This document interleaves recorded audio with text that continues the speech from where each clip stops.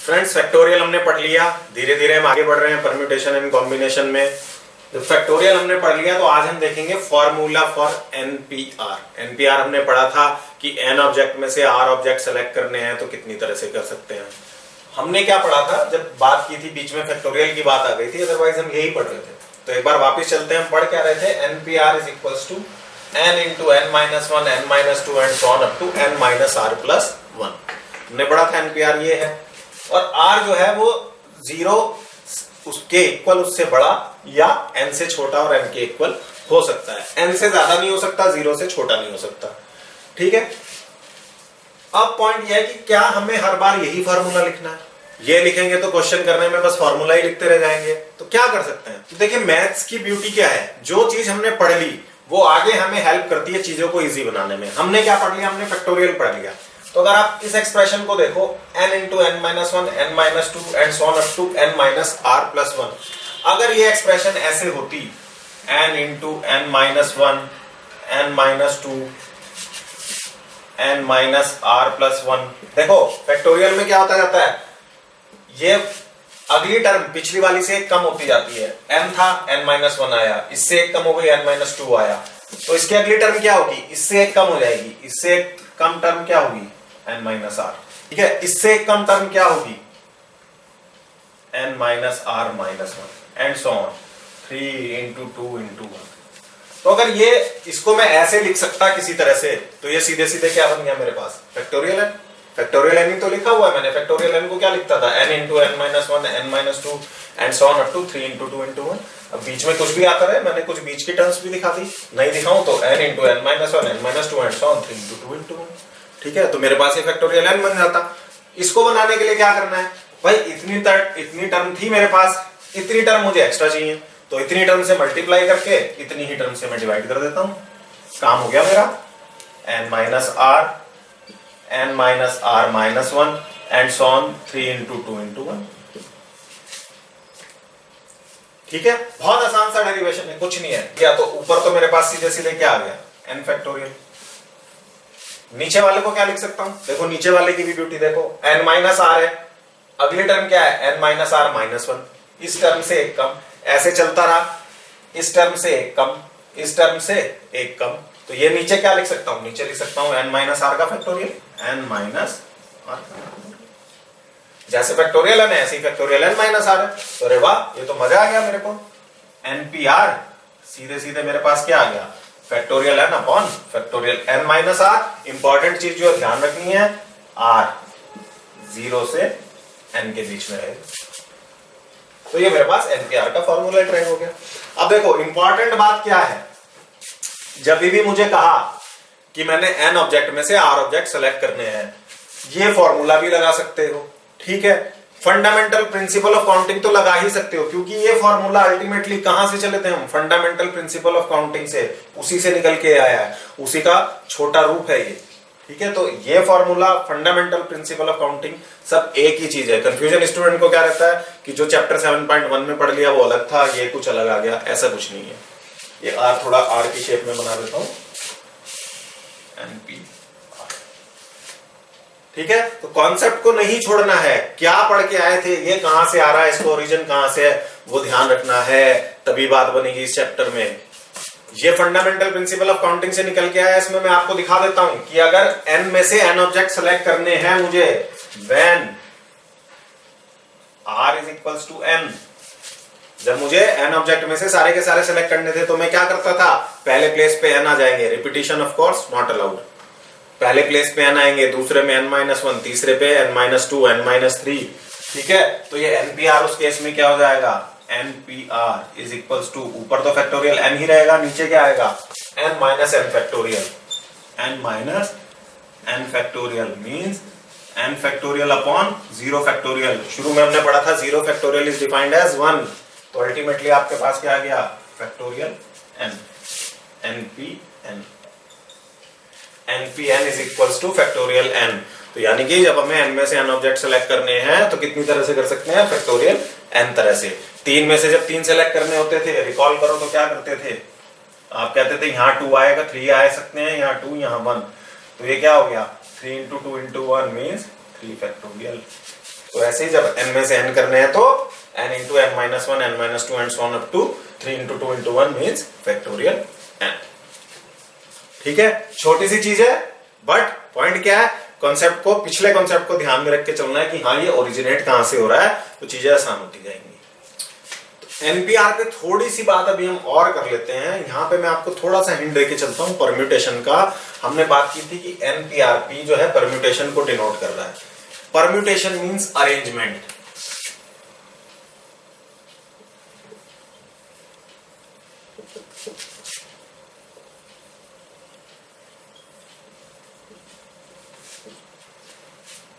ठीक है, अभी कॉम्बिनेशन के बारे में नहीं सोचना है, वो भी कॉन्सेप्ट में आपका क्लियर कर दूंगा। अगर जरूरत पड़ी तो एक अलग लेक्चर परम्यूटेशन और कॉम्बिनेशन के डिफरेंस पे ही हम बात कर लेंगे केवल।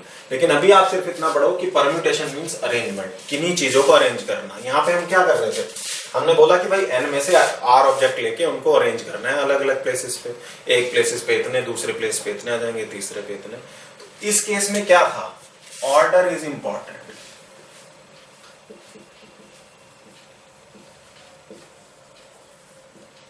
ऑर्डर इंपॉर्टेंट का मतलब कि वो किस ऑर्डर में आ रहे हैं वो इंपॉर्टेंट है। अगर मैं एक क्रिकेट मैच की बात करूं तो मैं बोल रहा हूं कि भाई सचिन और सौरभ ओपन करेंगे, सचिन और सौरभ बैटिंग में ओपनिंग करेंगे, तो वो किस ऑर्डर में आ रहे हैं वो इंपॉर्टेंट हो गया। क्यों हो गया, क्योंकि अगर वो सचिन एंड सौरभ 1 और 2 नंबर पे आ रहे हैं तो वो 3 नंबर पे आ नहीं सकते। क्यों, ऑर्डर इज इंपॉर्टेंट। हमने बोला वो ओपन करेंगे, 1 डाउन राहुल आएगा, राहुल 3rd नंबर पर आएगा, तो इसका मतलब क्या हो गया कि ऑर्डर इंपॉर्टेंट हो गया। इंपॉर्टेंट क्यों हो गया, क्योंकि राहुल 3rd नंबर पे ही आएगा, वो 4th या 2nd पे नहीं आएगा, हमने फिक्स कर दिया उसका ऑर्डर। ठीक है, इसको परम्यूटेशन को हिंदी में बात करें तो इसको हम क्रमचय बोलते हैं। मैंने आपको शायद पहले भी बताया था, क्रमचय। क्रमचय का मतलब क्रमित चयन, क्रमित चयन, क्रम। अगर आप पढ़ते हो तो ये क्रम और चयन। क्रम मीन्स अरेंजमेंट, ऑर्डर। ठीक है ना, किस ऑर्डर में आ रहे हैं वो इंपॉर्टेंट है। आप क्लास में फर्स्ट आ रहे हो, सेकंड आ रहे हो, थर्ड आ रहे हो, फोर्थ आ रहे हो, जो भी आ रहे हो, ऑर्डर में आ रहे हो, किसी ऑर्डर में आ रहे हो, वो इंपॉर्टेंट है। ठीक है, तो हमें ऐसे केसेस पे ध्यान देना है जिसमें ऑर्डर इंपॉर्टेंट है। जब क्वेश्चन सॉल्व कर रहे हैं तो हमें अपने आप से पूछना है कि क्या ये अरेंजमेंट का क्वेश्चन है। बहुत से लोग पूछते हैं कि हमें पता कैसे चलेगा कब परम्यूटेशन का क्वेश्चन है, कब कॉम्बिनेशन का क्वेश्चन है। कॉम्बिनेशन की तो अभी हम बात नहीं कर रहे, परम्यूटेशन की बात कर रहे हैं। तो क्वेश्चन पढ़ के हमने ये पूछना है अपने आप से कि क्या इसमें अरेंजमेंट हो रहा है किसी चीज का, क्या इसमें ऑर्डर इंपॉर्टेंट है। ठीक है, तो अगर ये दो चीजें हो रही हैं तो ये परम्यूटेशन का क्वेश्चन है। ठीक है, एनपीआर के बारे में एक और बात कर लो। अभी हमने बोला कि एन में से एन चीजें सिलेक्ट कर रहे हैं या आर चीजें सिलेक्ट कर रहे हैं। अगर मैं बोलूं कि हम कोई भी चीज सिलेक्ट नहीं कर रहे हैं, आर इज इक्वल्स टू 0, मैं बोल रहा हूं आउट ऑफ एन ऑब्जेक्ट कुछ भी सिलेक्ट नहीं करना है। आउट ऑफ एन ऑब्जेक्ट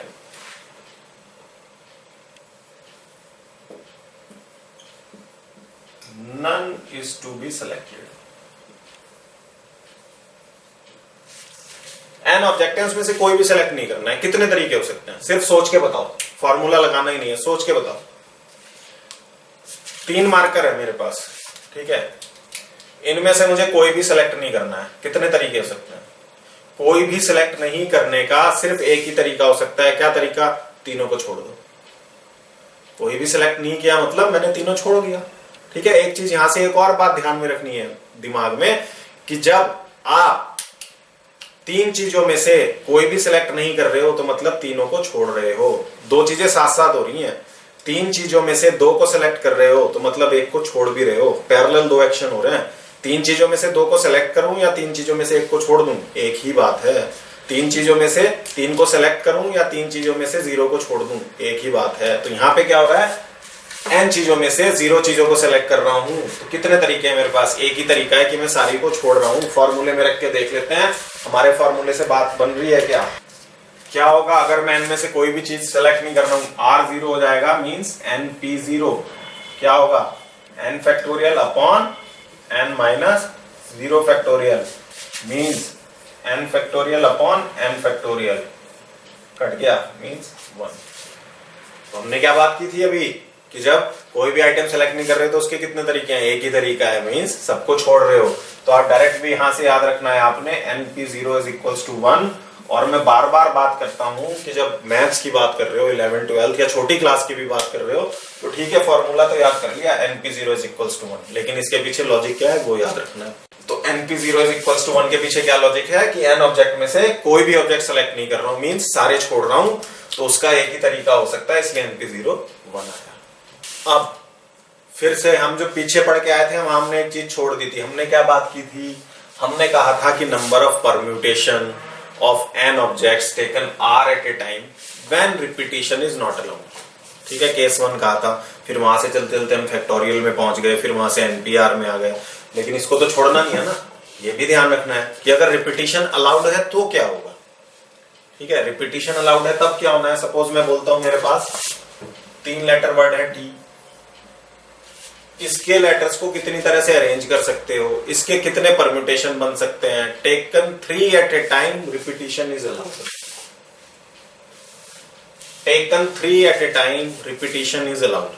ठीक है, तीनों को लेना है, रिपीटिशन अलाउड है, तो बताओ इस प्लेस पे कितने आ सकते हैं, 3। इस प्लेस पे कितने आ सकते हैं, 3। इस प्लेस पे भी कितने आ सकते हैं, 3। क्यों? क्योंकि रिपीटिशन अलाउड है। अगर रिपीटिशन अलाउड नहीं था तो क्या केस था, तब मैं बोल रहा था कि यहाँ 3 आ सकते हैं, अब यहाँ पे 2 ही आ सकते हैं, यहाँ 1 ही आ सकता है। तो ये वाला केस तो अब मेरा है ही नहीं। अब तो केस क्या बचा कि तीनों में से कोई सा भी आ सकता है। ठीक है, तो इस केस में कितने परम्यूटेशन हो गए, कितने अरेंजमेंट हो गए, 3 into 3 into 3 means 3 raised to power 3। ठीक, अगर मैं बोलता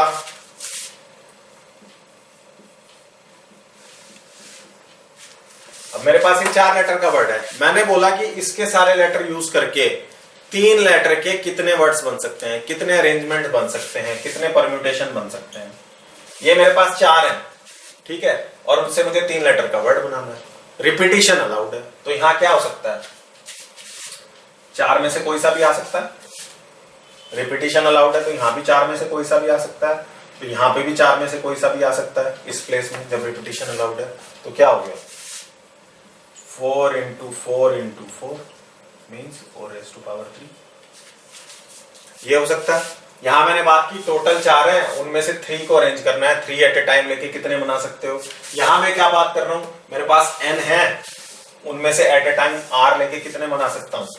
4 में से 3 लिया तो 4 की पावर 3 आया, n में से r लिया तो n raise to power r आया। When repetition is allowed. Repetition allowed नहीं होगा तो क्या आएगा, npr। ठीक है ना, कंपेयर करते चलना है। रिपीटिशन अलाउड नहीं है तो npr, रिपीटिशन अलाउड है तो n raise to power r। ठीक है, यहां पे भी r की वैल्यू क्या होगी, 0 में जीरोस और n के बीच में ही होगी। ठीक है, ये वाला केस मेरा क्या है, जब मैं कह रहा हूं 3 में से 3 ले रहे हो तो मैं क्या बोल रहा हूं, r is equals to n। 3 raise to power 3 आ गया था यहाँ पे, तो यहाँ n raise to power n आ जाएगा।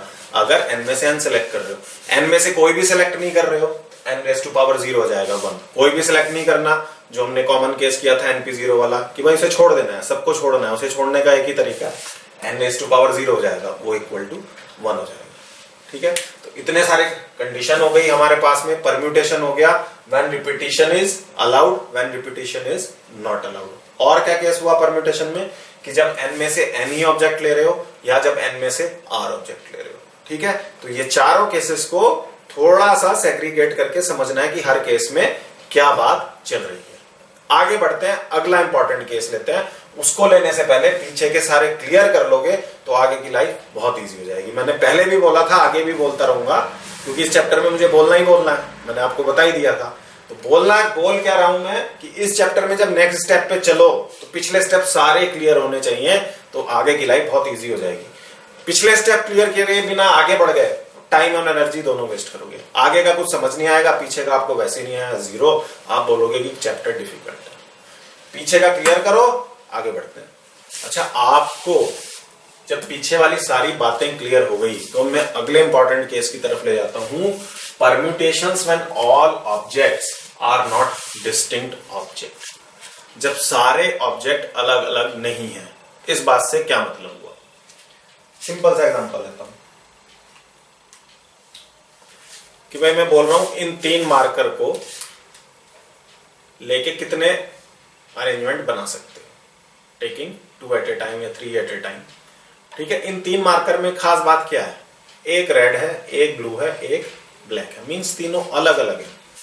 ठीक है, तो आप इसको एक मार्कर हटा लेता हूं। अब आपने इस तरह रखा, ये अलग एक अरेंजमेंट है, इस तरह रखा अलग अरेंजमेंट हो गया पिछले वाले से, इस तरह रखा अलग अरेंजमेंट हो गया। ठीक है, फिर आपने ऐसे कर लिया, ठीक है, फिर आपने ऐसे कर लिया, अलग अलग अरेंजमेंट बनते चले गए। लेकिन अगर मैं बोलूं कि अब ये 3 मार्कर हैं, इनको अरेंज करो, तो ये अरेंजमेंट और ये अरेंजमेंट अलग अलग है या सेम है? ठीक है, ये कहने का मतलब क्या, पहले ये वाला मार्कर इधर था, ये वाला मार्कर इधर था, लेकिन दोनों सेम है, तो क्या अरेंजमेंट अलग अलग हुआ? ये अरेंजमेंट, अब देखो ये वाला मार्कर राइट साइड में, मेरे राइट साइड में, और ये वाला मार्कर मेरे लेफ्ट साइड में है, इसे लेफ्ट में ले गया, इसे राइट में ले गया, अरेंजमेंट अलग अलग हुआ या सेम हुआ, ये सोचना है। दोनों चीजें सेम है। आइए बात करते हैं वर्ड की। ठीक है, थोड़ा सा खिड़की खोलनी है इससे, मार्कर छोड़ दिए, मैंने बोला मेरे पास वर्ड है SEA, समुद्र वाला, और एक दूसरा है ये SEA। ठीक है, मैं बोल रहा हूं कि भाई इन तीनों में से सपोज 3 ही वर्ड लेने हैं इकट्ठे, एक साथ 3 वर्ड लेने हैं, कितने परम्यूटेशन बना सकते हो? ठीक है, तो ध्यान से देखो, दोनों वर्ड में डिफरेंस क्या है, इसमें तीनों ऑब्जेक्ट अलग अलग हैं, 1 2 3, ये अलग है, ये अलग है, ये अलग है, लेटर इसमें 3 ही है, इसमें भी 3 ही लेटर है, लेकिन इसमें क्या है, ये अलग है, ये और ये तो सेम ही है, 1 2 2। ठीक है, सिर्फ समझाने के लिए लिखा है, इसको हटा देते हैं, ये हटा दें।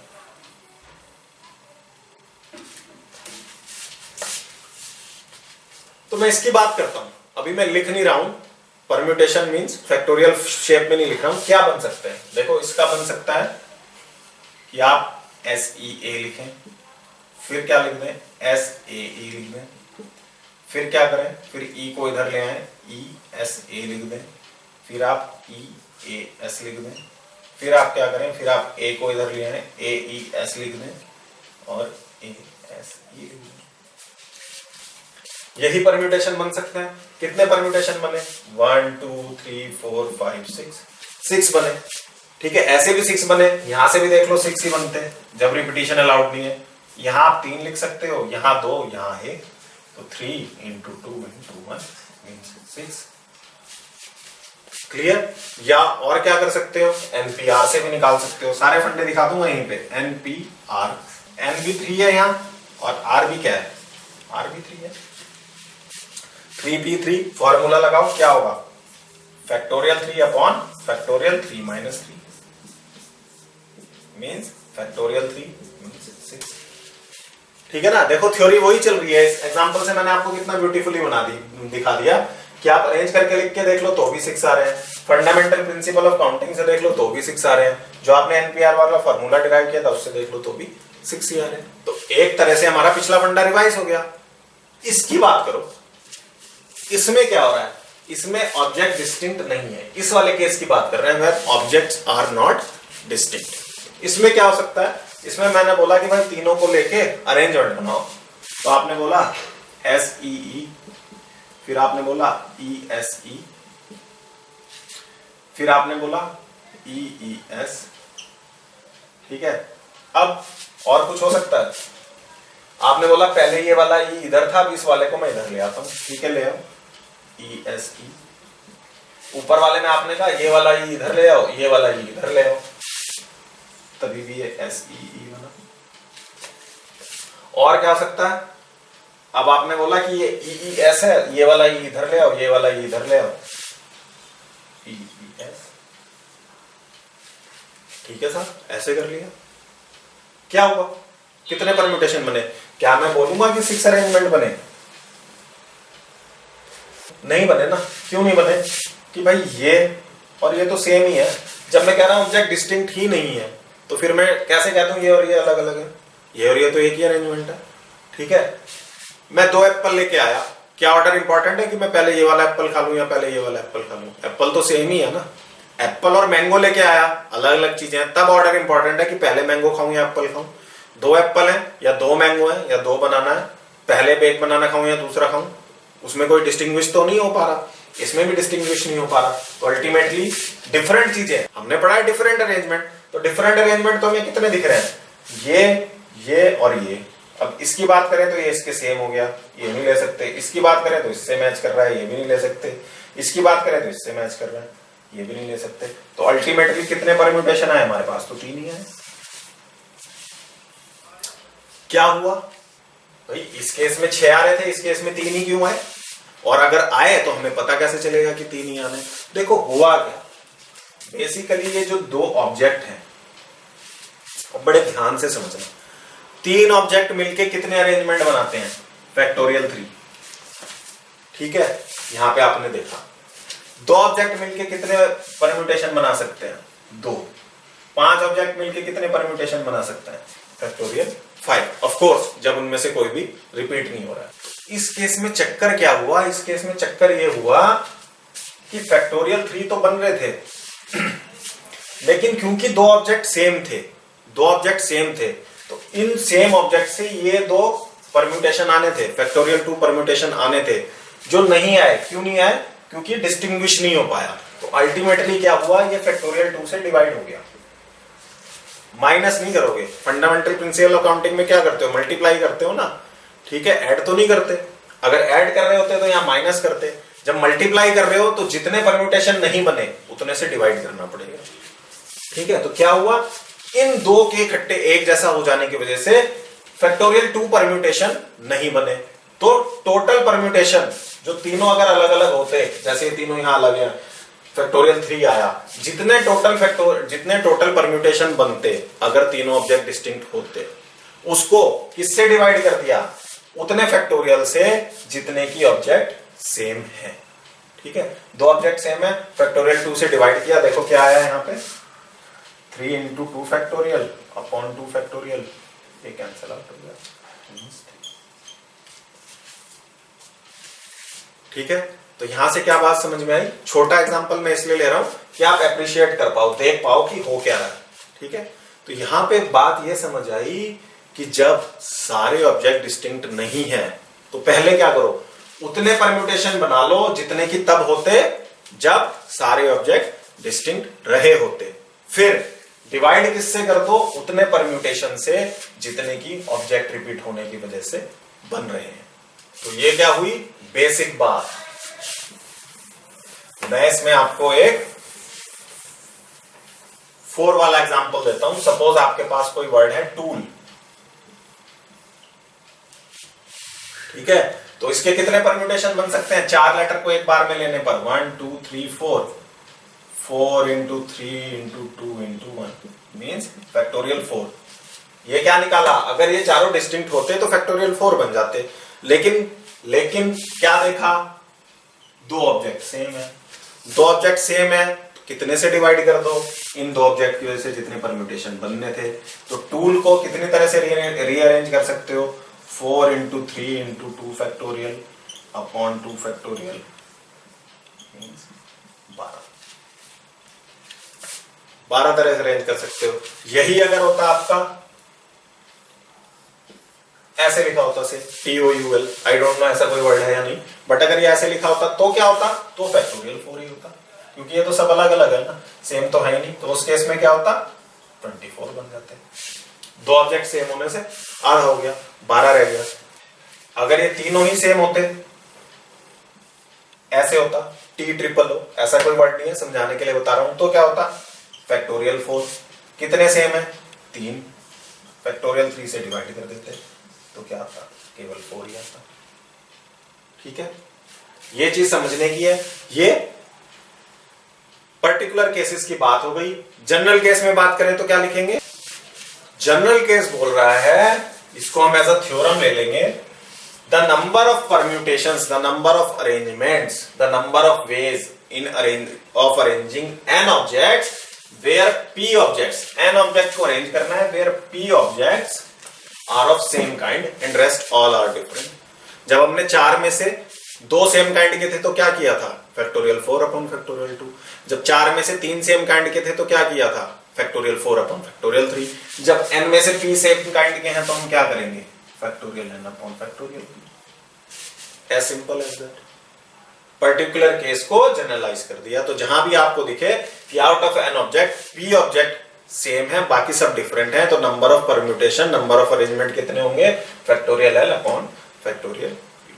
फंडा वही है, करना क्या है कि जितने ऑब्जेक्ट सेम हैं उनकी वजह से जितने परम्यूटेशन बनने थे उससे सिर्फ डिवाइड करना है, ठीक है ना। परम्यूटेशन एंड कॉम्बिनेशन में थ्योरी और फॉर्मूले दोनों साथ साथ चलते हैं, दोनों क्लियर होगा तभी चलेगा, ठीक है। ये n अपॉन p याद करके कुछ सवाल हो सकता है निकाल लोगे, लेकिन कहीं कोई ट्रिकी क्वेश्चन आ गया तो फंस जाओगे। तो इसीलिए मैं बोल रहा हूं, बार बार रिपीट कर रहा हूं, इतना मैं बोल रहा हूं, इतना किसी चैप्टर में नहीं बोलना पड़ा, ना बोलना पड़ेगा, इतना इसमें बोलना पड़ रहा है। थ्योरी कॉन्सेप्ट साथ साथ क्लियर करते चलो। अच्छा जरा ध्यान से देखो, मैंने एक वर्ड बोला COMMITT, ये एक वर्ड होता है कमिटी। मैं बोलूं इसके लेटर्स को अरेंज करके कितने परम्यूटेशन बना सकते हो, ठीक है। तो इसमें तो क्या पंगा है, ये भी सेम, ये 2 भी सेम और ये 2 भी सेम, ठीक है। क्या करना होता है ऐसे केस में, देखो पहले तो इसमें देख लो इसके कितने बनने थे, 1 2, सबको अलग अलग काउंट कर लो। तो हमने पहले बात करी थी टूल की या सी की, उसमें एक ऑब्जेक्ट 2 बार रिपीट हो रहा था। यहां तो क्या हो रहा है, ये भी रिपीट हो रहा है, ये भी रिपीट हो रहा है, ये भी रिपीट हो रहा है। तो डरने की कोई बात नहीं, वहां एक ऑब्जेक्ट रिपीट हो रहा था तो उसके परम्यूटेशन से डिवाइड किया, यहाँ 3 ऑब्जेक्ट रिपीट हो रहे हैं तो इनके परम्यूटेशन से डिवाइड कर देंगे। क्या है देखो कितने बनते, फंडा वही लगाना है कि पहले ये देख लो अगर सब डिस्टिंक्ट होते तो कितने परम्यूटेशन बनते थे, 1 2 3 4 5 6 7 8 9 परम्यूटेशन बनने थे, मींस फैक्टोरियल 9। लेकिन अब यहां क्या है, कुछ ऑब्जेक्ट डिस्टिंक्ट नहीं है, तो क्या करेंगे, पहले m को पकड़ो, कितने m है 2, इनकी वजह से कितने परम्यूटेशन बनने थे, फैक्टोरियल 2, उससे डिवाइड कर दो। t कितने t हैं 2, इनकी वजह से कितने परम्यूटेशन बनने थे या कितने अरेंजमेंट बनने थे, फैक्टोरियल 2, वो अब नहीं बनेंगे, इससे भी डिवाइड कर दो। सिमिलरली इन e की वजह से कितने बनने थे, फैक्टोरियल 2, इससे भी डिवाइड कर दो। फंडा वही है, ठीक है। अगर केवल एक ही वर्ड रिपीट हो रहा होता तो उसके फैक्टोरियल से करते, उतने परम्यूटेशन से करते। लॉजिक क्या है कि ओवरऑल जितने परम्यूटेशन बनने थे उनमें से अब कितने नहीं बनेंगे, बस ये देखना। सिमिलरली एनसीईआरटी में एग्जांपल दिया है वर्ड का इंस्टीट्यूट,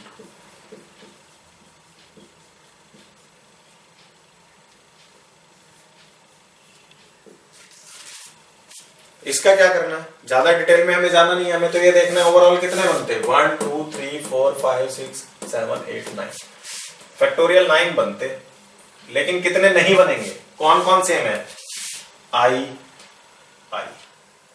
2 आई है, इनकी वजह से फैक्टोरियल 2 बनने थे वो अब नहीं बनेंगे, फैक्टोरियल 2 से डिवाइड कर दो।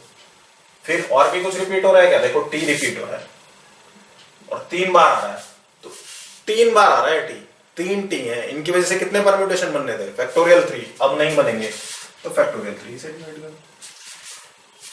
कोई ऐसा हो रहा होता जो 4 बार रिपीट हो रहा होता तो फैक्टोरियल 4 से और डिवाइड कर देते, ठीक है। वही फंडा है, एक लेटर डिवाइड हो रहा है, 2 हो रहे हैं, 3 हो रहे हैं, कई तरह से हो सकते हैं, एक ही तरह से 2 आ रहे हैं, एक लेटर 2 बार रिपीट हो रहा है, एक बार 3 बार रिपीट हो रहा है, कुछ पर्टिकुलर केसेस की बात की।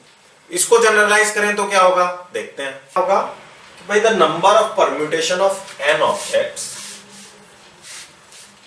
Where p1 are of one kind, p2 are of second kind and so on, pk are of kth kind, ठीक है। कई सारे ऑब्जेक्ट हैं, p1 काइंड के सेम है, p2 काइंड के सेम है, and the rest if any, और अगर कुछ बचे तो वो डिफरेंट काइंड के हैं, तो कितने परम्यूटेशन हो सकते हैं। तो भाई हमने क्या बात की थी कि पहले तो ये देख लो कि अगर सेम काइंड के ना होते तो कितने परम्यूटेशन हो सकते थे, n ऑब्जेक्ट हैं, तो अगर सेम काइंड के नहीं होते, सब डिफरेंट होते, तो कितने परम्यूटेशन होते, फैक्टोरियल n। अब जो सेम काइंड के हैं उनकी वजह से जो परम्यूटेशन बन रहा है उससे डिवाइड कर दो। p1 सेम काइंड के हैं, फैक्टोरियल p1, फिर p2 सेम काइंड के हैं, factorial p2 and so on, pk भी सेम काइंड के हैं, फैक्टोरियल pk। तो ये जनरलाइज्ड केस में आपके इतने परम्यूटेशन आ जाएंगे, जो हमने पीछे भी कमेटी और इंस्टीट्यूट वाले एग्जांपल देखे। इतना सब पढ़ लिया, एग्जांपल देख लेते हैं। एग्जांपल 9, उसने बोला find the number of permutation of the letter of the word Allahabad.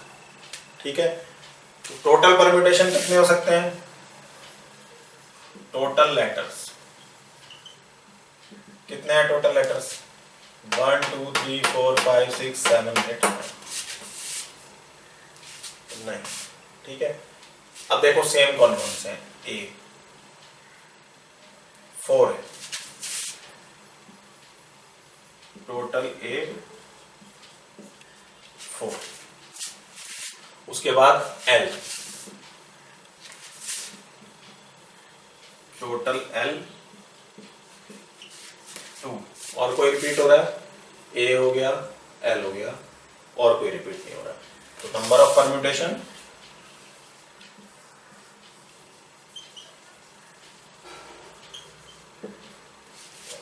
क्या होंगे भाई? टोटल कितने होते हैं अगर सब डिस्टिंक्ट होते? Factorial 9।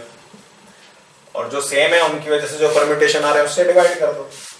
4 factorial 2 factorial means 9 into 8 into 7 into 6 into 5 into 4 factorial upon 4 factorial into 2 into 1। 4 factorial से 4 factorial कट गया। ठीक है, 2 से क्या काट दो? 8 हो गया। अब इसको कैसे सॉल्व करना है? 5 4 जा 20 into 9 into 7 63 into 6 means 7 5 6। इतने परम्यूटेशन बनते। एग्जाम्पल 10 देखते हैं। How many 4 digit numbers can be found by using the digits 1 to 9। 1 to 9 कितनी डिजिट हो गई? टोटल डिजिट्स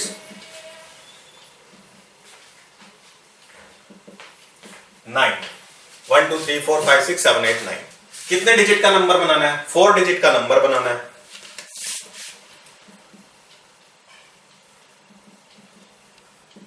तब तो ये सीधा सा क्वेश्चन हो गया हमारे पास कि टोटल 9 डिजिट अवेलेबल है, उसमें से 4 डिजिट का नंबर बनाना है। कितने परम्यूटेशन हो सकते हैं हमारे पास? 9p4 कितना हो जाएगा? Factorial 9 upon 9 minus 4 factorial means 9 upon 5 factorial means 9 into 8 8 into 7 into 6 into factorial 5 upon factorial 5। factorial 5 से factorial 5 कैंसिल आउट हो जाएगा। ठीक है, इसको अब आप मल्टीप्लाई कर लो। मल्टीप्लाई करेंगे तो 3024 ये आ जाएंगे टोटल 4 डिजिट नंबर जो आप बना सकते हो out of the given digit 1 to 9। Example 11 की बात करते हैं, बहुत इंपॉर्टेंट है। इंपॉर्टेंट क्यों है? कि इसमें सोचना बहुत पड़ेगा, अच्छे से सोचना पड़ेगा। देखिए, how many numbers line between 100 and 1000, line between 100 and 1000 can be form with this digit 0 1 2 3 4 5। Total कितने डिजिट्स हैं? 6।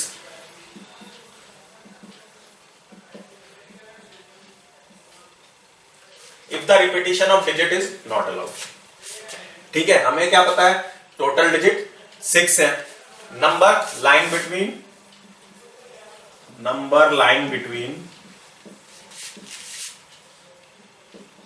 100 to 1000 यानी 100 से बढ़ाओ 1000 से छोटा हो तो कितनी डिजिट का नंबर होगा? Are 3 digit number.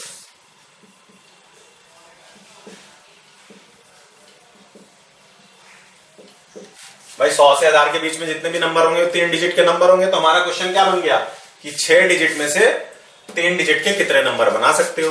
तो 3 डिजिट्स नंबर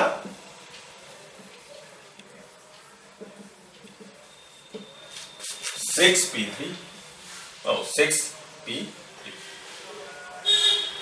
यही तो होता है हमारे पास। 6 डिजिट अवेलेबल है, उसमें से 3 डिजिट का नंबर बनाना है 6p3।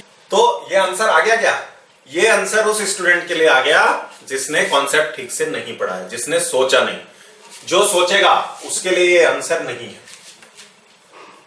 जो स्टूडेंट सोचेगा वो एक बात और क्या सोचेगा कि भाई मैंने 0 1 2 3 4 5 से 6 डिजिट लेके 3 डिजिट के नंबर बना दिए। इसमें कुछ ऐसे भी नंबर होंगे जिसमें शुरू में 0 होगा, 0 1 1 0 1 2 0 3 4 0 5 6 एंड सो ऑन। वो वाले नंबर भी तो आ गए इसमें जिसमें शुरू में 0 होगा, है ना। जब आपने परम्यूटेशन बनाया तो उसने इस चीज को अकाउंट फॉर अपने आप नहीं कर लिया कि भाई मैं वो नंबर हटा दूं जिसमें शुरू में 0 आ गया। इस वाले में 6p3 में तो ये वाले नंबर भी आ गए, लेकिन मैथमेटिक्स के हिसाब से देखा जाए तो ये तो 2 ही डिजिट का नंबर है। अगर ये 110 है तब तो ये 3 डिजिट का नंबर है, लेकिन अगर शुरू में 0 है तो अल्टीमेटली ये तो 11 ही लिखा है, ये तो 12 ही लिखा है, ये तो 34 ही लिखा है। मुझे क्या चाहिए, मुझे तो 3 डिजिट का नंबर चाहिए, ये तो 2 ही डिजिट का बन गया। तो इस 6p3 में ऐसे भी कुछ नंबर हैं जिनके की शुरू में 0 है। तो अगर 3 डिजिट नंबर बनाना है तो इस 6p3 में से ये वाले जितने नंबर हैं वो घटाने पड़ेंगे, इन नंबर की काउंटिंग घटानी पड़ेगी। अगर ये टोटल में 10 है तो माइनस करना पड़ेगा, इसमें से 10 को माइनस करना पड़ेगा। तो अब ये नंबर अल्टीमेटली कितने आएंगे ये कैसे पता चलेगा, ये निकालना है। अगर मैं ये निकाल लूं कि इस तरह के कितने नंबर आएंगे 0 1 2 3 4 5 से इस तरह के कितने नंबर बनते हैं, वो नंबर इसमें से माइनस करूं तब मेरा आंसर आएगा। वो कैसे निकालें, तो देखो इसमें हो क्या रहा है, बेसिकली इसमें हो रहा है कि ये 6 डिजिट है तो पहले प्लेस पे 0 आए और बाकी 2 प्लेस पे इन पांचों में से कुछ भी आ जाए, 1 2 3 4 5 में से कुछ भी आ जाए। पहले प्लेस पे 0 आए, 0 फिक्स हो गया। हमने ऐसा क्वेश्चन किया था ना कि इवन नंबर, तो हमने बोला था कि लास्ट में इवन डिजिट फिक्स हो गई। ऐसे यहां पे पहले प्लेस पे 0 है, 0 फिक्स हो गया और बाकी बचे हुए 2 प्लेस में से 5 में से कुछ भी आ जाए। तो ऐसे कितने नंबर हो गए, नंबर्स स्टार्टिंग विद 0।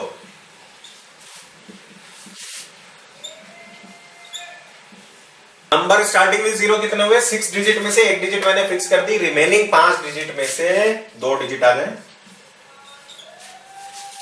6 में से 1 डिजिट मैंने फिक्स कर दी, रिमेनिंग 5 डिजिट 1 2 3 4 5 इनमें से 2 आ जाए। तो नंबर स्टार्टिंग विद 0 5p2। तो total 3 digits number, total 3 digits number between 100 to 1000 equal to total ये बनते 6p3। इसमें से माइनस क्या कर रहा हूं, वो नंबर जो 0 से शुरू हो रहे हैं 5p2। सॉल्व कर लो, आंसर आ जाएगा 100। 12th एग्जांपल देखते हैं। सिंपल सॉल्यूशन पूछा है कि भाई find the value of n such that this equal to this. तो पहले ये लेते हैं, number 1 np5 is equals to 42 into np3। ठीक है, n की वैल्यू निकालनी है, दिया हुआ है n ग्रेटर देन 4 है। तो भाई इसको क्या लिख सकते हो, factorial n upon factorial n minus 5 is equals to 42 into factorial n upon factorial n minus 3। Factorial n से फैक्टोरियल n कैंसिल आउट हो गया। उसके बाद क्या करना है, उसके बाद देखो क्या कर सकते हो भाई, ये n माइनस 3 है, ये n माइनस 5 है, तो इसको क्या लिख सकते हो आप, क्रॉस मल्टीप्लाई कर लूं, 42 इंटू n माइनस 5 और n माइनस 3 इधर आके क्या हो गया, n माइनस 3 n माइनस 4 और n माइनस 5 का फैक्टोरियल। ठीक,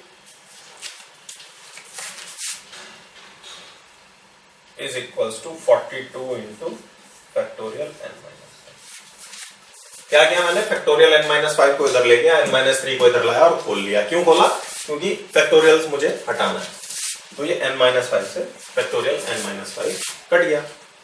अब तो सिंपल क्या हो गया, मेरे पास क्वाड्रेटिक आएगी, n square minus 7n plus 12 is equals to 42 और n square minus 7n minus 30 is equals to 0।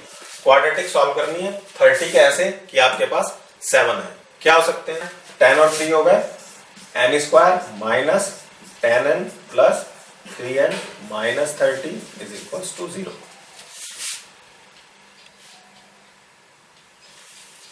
तो यहां से क्या आया, n माइनस 10 और n plus 3 is equals to 0। तो n इज इक्वल्स टू 10 और n इज इक्वल्स टू -3। कौन सा लेंगे? n इज इक्वल्स टू -3 ले सकते हो? n इज इक्वल्स टू -3 तो ले नहीं सकते, इसने अपने आप ही बोला है n ग्रेटर देन 4। अगर इसने n ग्रेटर देन 4 नहीं भी बोल रखा था तो भी आप n को नेगेटिव में नहीं ले सकते थे, बिकॉज क्वेश्चन में ना फैक्टोरियल n डिफाइन है और नेगेटिव का तो फैक्टोरियल डिफाइन होता नहीं है, तो इसलिए आप इसको नेगेटिव ले ही नहीं सकते। तो आंसर क्या आएगा? n is equals to 10। Similarly second part आ गया। सेकंड पार्ट में क्या बोल रहा है? np4 upon n minus 1p4 is equals to 5/3। n greater than 4 बोल रहा है। ओपन कर लो इसको, factorial n upon factorial n minus 4 upon n minus 1 का फैक्टोरियल अपॉन, देखो n माइनस 1 माइनस 4 तो n माइनस 5 का फैक्टोरियल आ गया, n minus 5 is equals to 5/3। तो कैंसिल आउट करना है, ये n माइनस 1 है, ये n माइनस 5 है, ऊपर ये बन सकता है। कैसे बन सकता है? This implies n into n minus 1 का फैक्टोरियल। देखो ये फैक्टोरियल और ये फैक्टोरियल साइन एक ही है, दोनों में से कोई सा भी लगा सकते हैं। n minus 4 into n minus 5 का factorial upon n minus 1 factorial upon n minus 5 factorial is equals to 5/3। Simple cancel out कर दो, n माइनस 1 से n माइनस 1, n माइनस 5 से n माइनस 5 चला गया। ठीक है, तो क्या बचा? यहां पे मेरे पास बचा n upon n minus 4 is equals to 5/3। This implies 3n is equals to 5n minus 20। ये n इधर ले आओ, माइनस के 2n is equals to minus 20 और n इज इक्वल्स टू 10। तो इसमें भी सिंपली n की वैल्यू क्या आ गई? 10। एग्जाम्पल 13, ये भी कुछ इसी तरह का है। बोल रहा है r की वैल्यू फाइंड आउट करो अगर 5 into 4pr is equals to 6 into 5pr minus 1। Simple हमें ओपन ही करना है, 5 into factorial 4 upon factorial 4 minus r is equals to 6 into factorial 5 upon factorial 5 minus r यानी 5 minus r plus 1, ये हो जाएगा।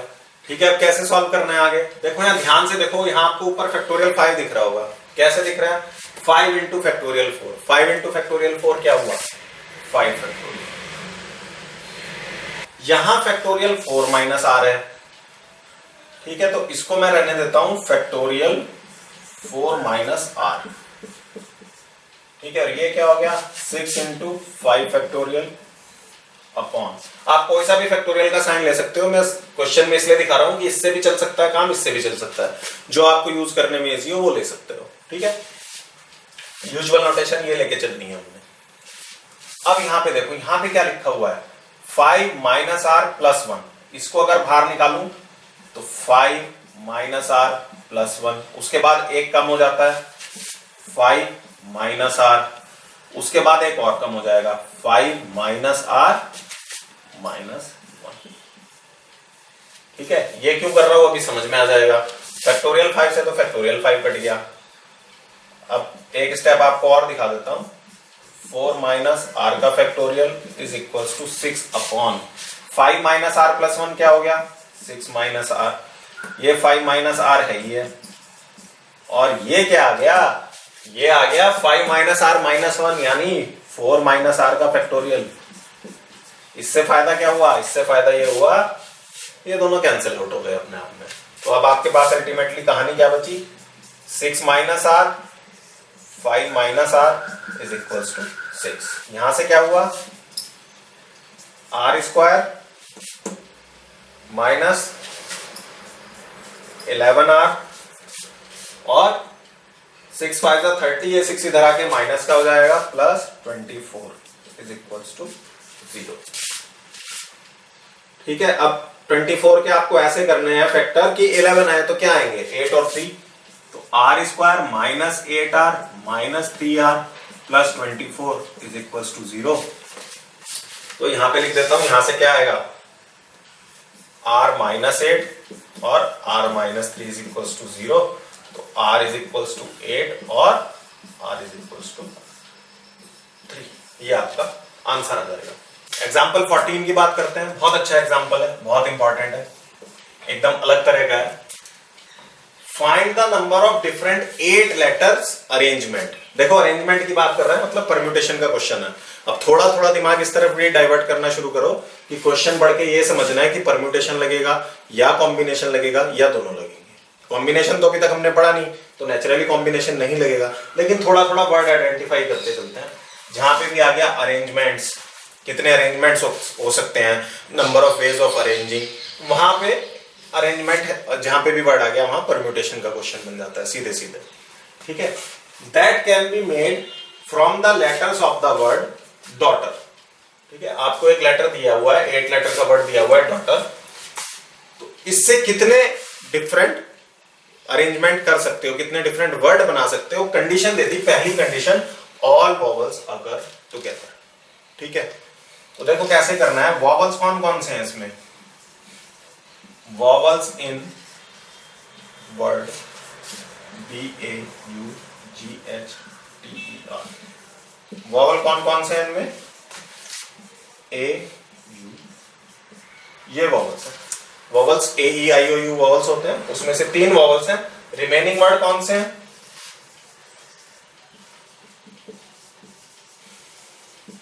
रिमेनिंग वर्ड्स हो गए DGHTR।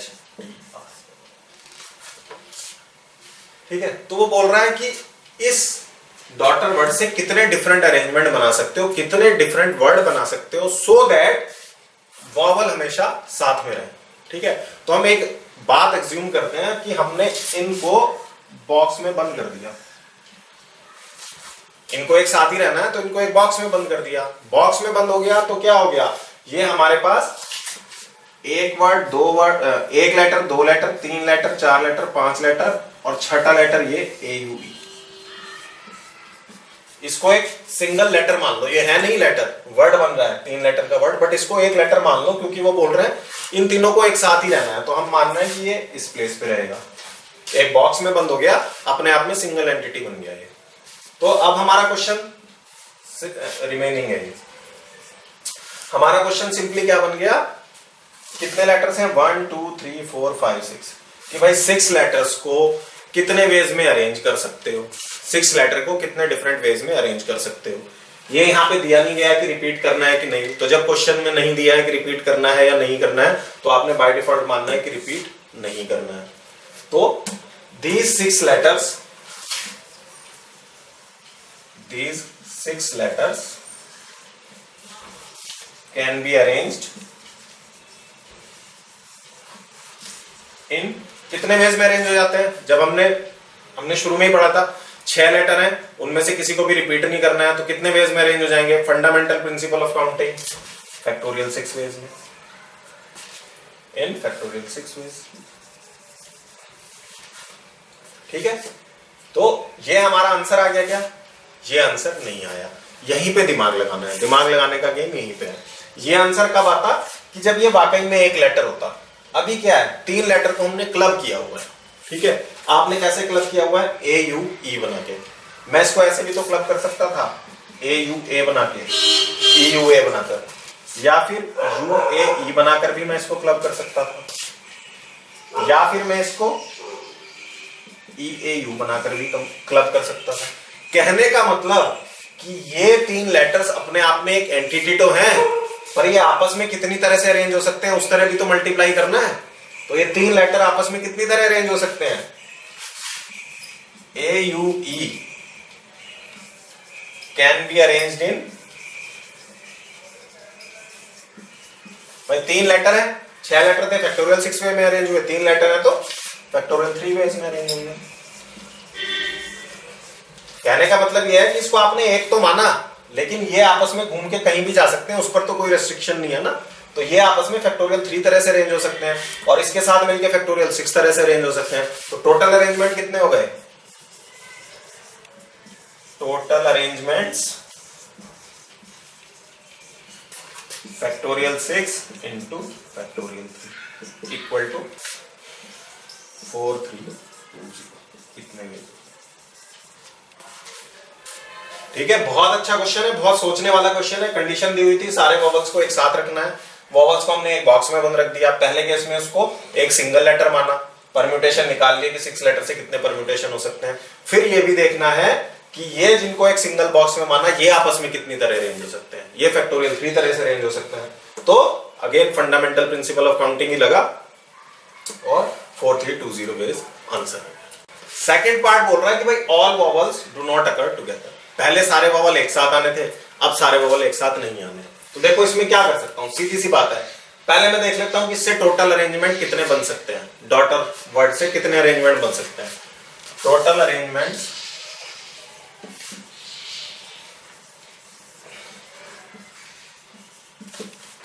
From the word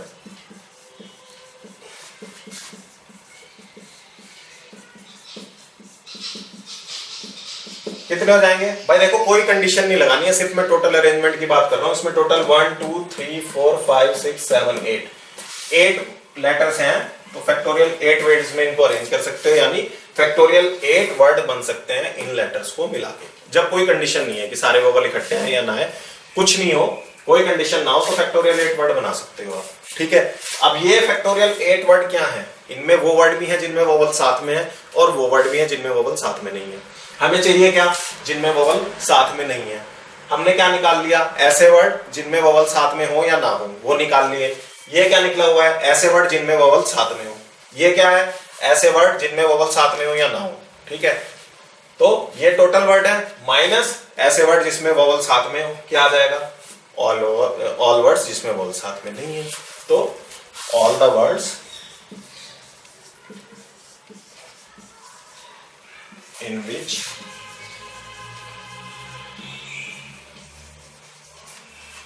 vowels are not together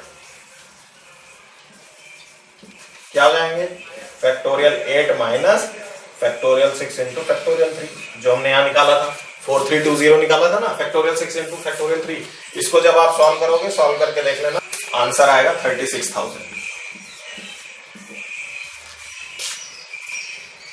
ठीक है, तो जब भी आपसे पूछा जाए कि भाई ऐसे वर्ड जिसमें वोवल साथ में नहीं आए, तो पहले आपको ये निकालना पड़ेगा जिनमें वोवल साथ में आया, फिर टोटल वर्ड में से माइनस करो। Example 15, in how many ways can, how many ways, ठीक है ना। अब हर क्वेश्चन में थोड़ा सा ये दिमाग लगाना है कि परम्यूटेशन का क्या चीज आ रही है। देखो हाउ मेनी वेज आ रहा है, in how many ways can 4 red 3 yellow and 2 green disc be arranged, in how many ways it can be arranged। तो जब आप अरेंजमेंट की बात कर रहे हो, how many ways it can be arranged, it can be rearranged, तो permutation बनेगा। ठीक है, तो दिमाग को यहीं से थोड़ा सा डायरेक्शन देनी है, जिससे बाद में हम आइडेंटिफाई कर पाए।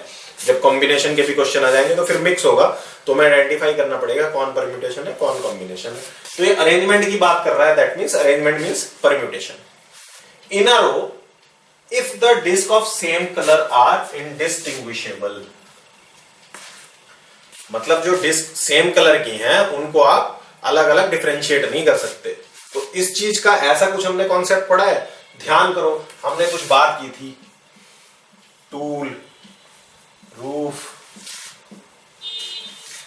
फूल, ऐसी कुछ चीजें आ जाए हमारे पास, तो हम क्या करते थे, कितने अरेंजमेंट बनेंगे। हम बोल रहे थे कि भाई ये 2 आइटम तो सेम आ गए इसमें। ठीक है ना, हमने थ्योरम भी पढ़ी थी कि भाई अगर हमारे पास में p आइटम है और उसमें r एक तरह के हैं, तो क्या होगा, अरेंजमेंट क्या होंगे, factorial p upon factorial r हो जाएंगे। जितने सेम आ रहे हैं उतने फैक्टोरियल से आप डिवाइड कर दोगे। तो ये बात कुछ ऐसी ही है। ठीक है, तो देखो टोटल डिस्क कितनी है हमारे पास, टोटल डिस्क 4 + 3 + 2 9 डिस्क है, out of which 4, 3, 2 are of same colour respectively. ठीक है, इनडिस्टिंग्विशेबल बोल रहा है, इसका मतलब क्या हो गया कि भाई वो सेम है। आपने पीली ये वाली उठाई या पीली दूसरी उठाई, तो आपको पता नहीं है कि दोनों में अलग अलग नहीं कर सकते। तो वही वाली बात हो गई कि दोनों ऑब्जेक्ट, 4 ऑब्जेक्ट सेम तरह के हैं, 3 ऑब्जेक्ट सेम तरह के हैं, 2 ऑब्जेक्ट सेम तरह के हैं। तो टोटल अरेंजमेंट क्या हो जाएंगे,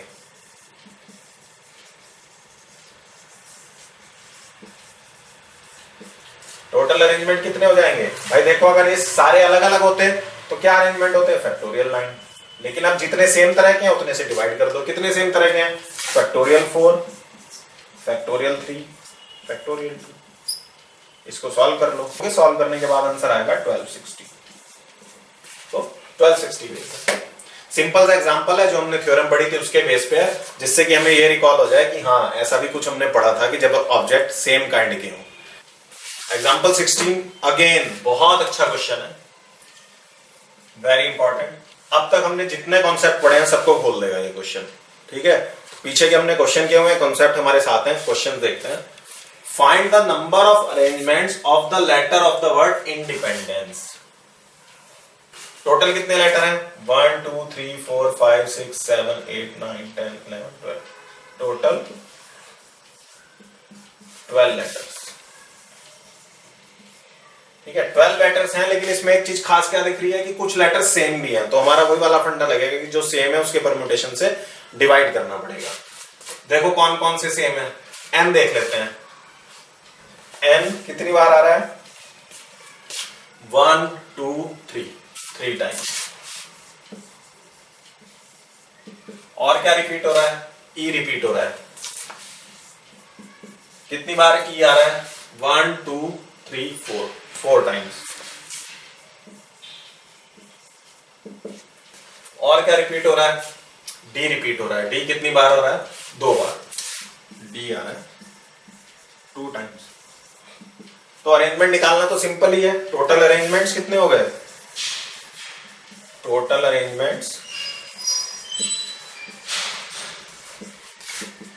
फैक्टोरियल 12। भाई अगर लेटर रिपीट ना हो रहे होते तो फैक्टोरियल 12 होते। लेटर रिपीट हो रहे हैं तो जितने रिपीट हो रहे हैं उतने फैक्टोरियल से डिवाइड कर दो। Factorial 4 into factorial 3 into factorial 2। इसको सॉल्व करना है।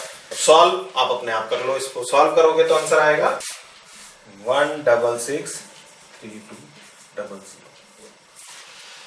ठीक है। तो इतने वेज में इंडिपेंडेंस वर्ड के लेटर को आप अरेंज कर सकते हो। ठीक है। अब ऑप्शंस देखते हैं नीचे क्या दिया हुआ है। जैसे पहला दिया हुआ है do the words in how many of this arrangement do the words start with P. First part words start with P. Words start with P.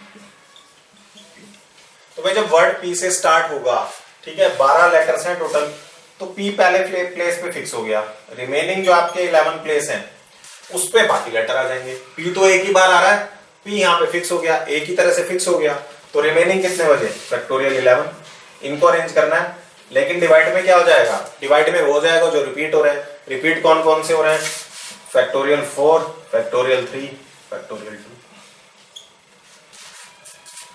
ठीक है। पॉइंट को समझना है। जब वर्ड पी से स्टार्ट हो रहा है तो पी यहाँ एक ही तरह से आ सकता है और कोई तरीका नहीं है। यहाँ पे पी आना ही आना है। पी को आपने यहाँ फिक्स कर दिया। रिमेनिंग प्लेसेस बने 11। 11 में कितनी तरह से रीअरेंज कर सकते हो? फैक्टोरियल 11 तरह से। लेकिन उन 11 लेटर में से क्या हो रहा है? उन 11 लेटर में से एन 3 बार आ रहा है, ई 4 बार आ रहा है और डी 2 बार आ रहा है। तो उसको आपने डिवाइड कर दिया। वही फंडा चल रहा है। दिमाग से सोचना है क्वेश्चन में क्या दिया जा रहा है, पूछा क्या जा रहा है, मैंने करना क्या है, इसको सॉल्व कर लो। 1386। सेकंड पॉइंट में क्या कह रहा है? Do all the vowels always occur together. ऐसा हमने क्वेश्चन किया अभी। सारे वोवल साथ में लेने हैं। तो वोवल कौन कौन से हो गए? ई। अच्छा, ई को एक बार नहीं लिखना है क्योंकि यहाँ 4 बार आ रहा है, तो 4 बार ही लिखो। 1 2 3 4। और वोवल कौन सा है? आई। तो ये सारे वोवल एक साथ आने का मतलब इनको एक डिब्बे में बंद कर लो। 1 2 3 4 5। 5 ये और रिमेनिंग कितने बचे? 7 और बचे। तो टोटल 8 लेटर्स मान लो इनको। टोटल कितने हो गए? टोटल 8 लेटर्स हो गए। इसको एक सिंगल एंटिटी मान लो प्लस ये टोटल 8 लेटर्स। तो टोटल अरेंजमेंट इस केस में कितने हो जाएंगे? जब 8 लेटर्स को रीअरेंज करना है आपने तो फैक्टोरियल 8 अपॉन, अब ये इंपॉर्टेंट है, ये ध्यान से देखो। अपॉन में क्या करोगे? Factorial 4 into factorial 3 into factorial 2 करोगे या फैक्टोरियल 3 इंटू फैक्टोरियल 2 करोगे? सिर्फ इतना या फैक्टोरियल 4 भी आना है? ये देखो, ये भाई फैक्टोरियल है, इसको 6 मत समझ लेना। फैक्टोरियल 4 नहीं आना है, क्योंकि अभी आपने इसको डिब्बे में बंद किया हुआ है, आप इनको अरेंज ही नहीं कर रहे। जिनको अरेंज कर रहे हैं उनमें जो रिपीटिशन हो रहा है उसके फैक्टोरियल से डिवाइड करना है। तो ये तो भी एक डिब्बे में बंद है, सिंगल एंटिटी की तरह बात कर रहे हैं ये, तो इसका फैक्टोरियल से डिवाइड नहीं होगा। रिमेनिंग जो 7 बचे उसमें डी आपका 2 बार रिपीट हो रहा है और एन 3 बार रिपीट हो रहा है, उसके फैक्टोरियल से डिवाइड करना है ये, ठीक है। इनटू क्या आएगा, अब इनटू की बात करो, इनटू ये अपने आप में कितनी तरह रेंज हो सकते हैं। अब आई इनकी बात, ये कितनी तरह हो सकते हैं, 1 2 3 4 5 हैं, तो फैक्टोरियल 5 तरह से रेंज हो सकते हैं। लेकिन क्या है, नीचे फैक्टोरियल 4 आ जाएगा क्योंकि इनमें इन 4 बार रिपीट हो रहा है, तो वो जो फैक्टोरियल 4 आना था वो यहां पे आएगा। 2 अलग अलग एंटिटी की बात कर रहे हैं, तो इसको जब रीअरेंज कर रहे हैं तो इसमें जितने लेटर रिपीट हो रहे हैं उनसे यहां डिवाइड होगा। जब इसको क्लब करके एक चीज माना हुआ है और इनको रीअरेंज कर रहे हैं तो इस टोटल 8 में जितने रिपीट हो रहे हैं उनसे डिवाइड हो जाएगा। अब इसको सॉल्व कर लो, इसको सॉल्व करने पे आएगा 16,800, ये आपका आंसर आ गया। ठीक है, बहुत अच्छा क्वेश्चन है, हर पॉइंट में दिमाग लगाना है इसमें, और दिमाग कौन सा लगाना है, जो पीछे से पढ़ के आए वही वाला अप्लाई करना है, नया कुछ नहीं है। थर्ड में क्या बोल रहा है, do the vowels never occur together, ये भी हमने पीछे किया था। हमने क्या निकाल लिया, टोटल अरेंजमेंट ऑलरेडी निकाल लिए, वॉवल अकर टुगेदर वो भी निकाल लिया, दोनों को माइनस कर देते हैं तो सिंपली क्या आ जाएगा, वॉवल्स नेवर अकर टुगेदर। क्या ये हमने निकाला था यहां पर इसका, ठीक है, और वॉवल्स जो अभी निकाल के आए हैं वो क्या निकाला है, 16800, इन दोनों को माइनस करना है तो क्या आएगा 1646400। क्या किया, टोटल अरेंजमेंट्स बिना किसी रेस्ट्रिक्शन के इतने थे, वॉवल जब साथ में आए तो अरेंजमेंट इतने थे, इन दोनों को माइनस किया तो क्या आ गया, ऐसे अरेंजमेंट्स जिनमें वॉवल साथ में नहीं है। फोर्थ पार्ट जो है वो फर्स्ट पार्ट की तरह ही है। फर्स्ट पार्ट में बोल रहा था कि do the words start with P, इसमें बोल रहा है do the words begin with I and and with P, यानी फर्स्ट प्लेस और 12th प्लेस फिक्स हो गए, बीच में कितने प्लेस बचे, 1 2 3 4 5 6 7 8 9 10 प्लेस बचे। अब इन 10 में इसको रीअरेंज करना है, तो कैसे करोगे, फैक्टोरियल 10, लेकिन इसमें कुछ रिपीट भी हो रहे हैं। क्या रिपीट हो रहा है, वही ई आ रहा है 4 बार, एन आ रहा है 3 बार और डी आ रहा है 2 बार। ठीक है, फर्स्ट पार्ट में हमने यहाँ पे पी फिक्स किया था, 11 को रीअरेंज करना था, यहाँ फैक्टोरियल 11 आ गया था। अब ये दोनों फिक्स हो गए तो बस 10 को ही रीअरेंज करना है, इनकी पोजीशन तो फिक्स है ना, इनको तो कुछ कर ही नहीं सकते। इसको करने का तो एक ही तरीका है कि पी को यहाँ लिखना है, आई को यहाँ लिखना है, इसमें तो फैक्टोरियल का कोई चक्कर ही नहीं है। रिमेनिंग से डिवाइड कर दो, ये जब आप सॉल्व करोगे ये आएगा 12,600। ठीक है, तो सॉल्व एग्जांपल खत्म हुए, हमने देखा मुश्किल कुछ नहीं है, प्रोवाइडेड हमने कॉन्सेप्ट समझ लिए और हमारा दिमाग रेडी है सोचने के लिए कि क्वेश्चन में पूछा क्या जा रहा है, किस तरह से प्रोसीड करना है।